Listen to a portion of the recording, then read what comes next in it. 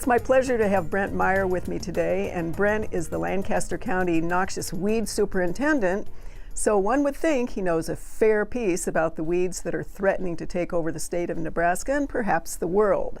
He's going to be talking today about Phragmites, which is one of those grasses that is beautiful in the waterways and tends to be very much a thug. So Brent, what is the big deal about Phragmites? Who cares? Well, Kim, Phragmites is one of the most aggressive noxious weeds I've dealt with in my 25 years plus of working in weed control. It left alone will create a monoculture, and what that means is it will take out all the other vegetation along the waterways or in your riparian areas, and that's not good for the invertebrates, the fish, the small mammals, the deer that depend on that.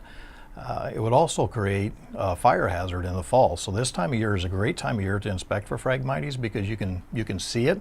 All the cattails and the other vegetation break down. But Phragmites leaves its plume head on and stands 12 foot tall, so it's easy to see in the wintertime. So in your creeks and your drainages, those areas that you can't see in the summertime because of cornfields or leaves on the trees, now is an excellent time in the wintertime to get out and take a look and see and inventory your Phragmites and map that for next year's control. So it creates a monoculture. It is a fire hazard.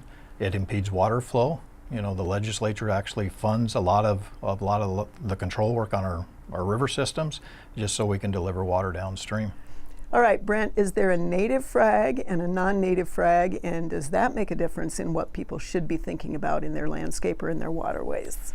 There is native Phragmites and there's introduced Phragmites, and people need to understand the difference. We don't ever want to take out native plants out of our landscape because they're supposed to be here. They were here long before we ever were. But the introduced varieties that came over in the late 1700s, early 1800s has completely taken over a lot of the landscape in the country. So we do a lot of training. People do want to know the difference between the native and the non-native, and we can help with that. So the non-native Phragmites is the one that we're really concerned about, and that's the one that takes over the waterways and actually will close off the channels in the Platte River system or any river system.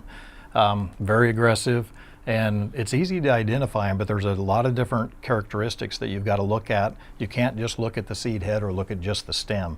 You've got to be able to look at the entire plant to be able to make a determination whether it's native or non-native. We have some lookalikes in the landscape. Are those plants that we're going to recommend that people look at instead of using frag, or are there cautionary notes about those as well?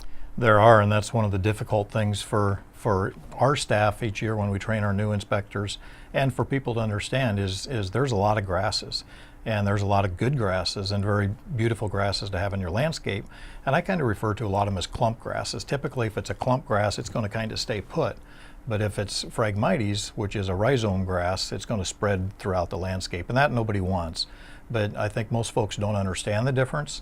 They'll go out into the wild and dig up some Phragmites thinking it's a good-looking ornamental grass and then plant it in their yard, and then pretty soon the weed control office is coming to call on them. So there's a lot of great grasses to plant in your landscape, and we sure encourage that.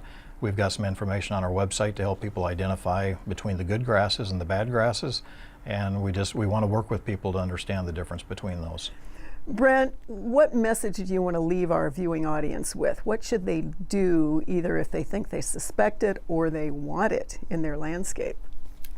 Okay, well, the most important thing is if you suspect you have Phragmites in your landscape or in your waterways or in your fields, get it identified. You know, contact us at the Lancaster County Weed office or any county weed superintendent across the state, or your UNL extension agent. You know, they'll be able to help you out too. But get it identified positively, know what you have out there, and then we can begin working on a management plan.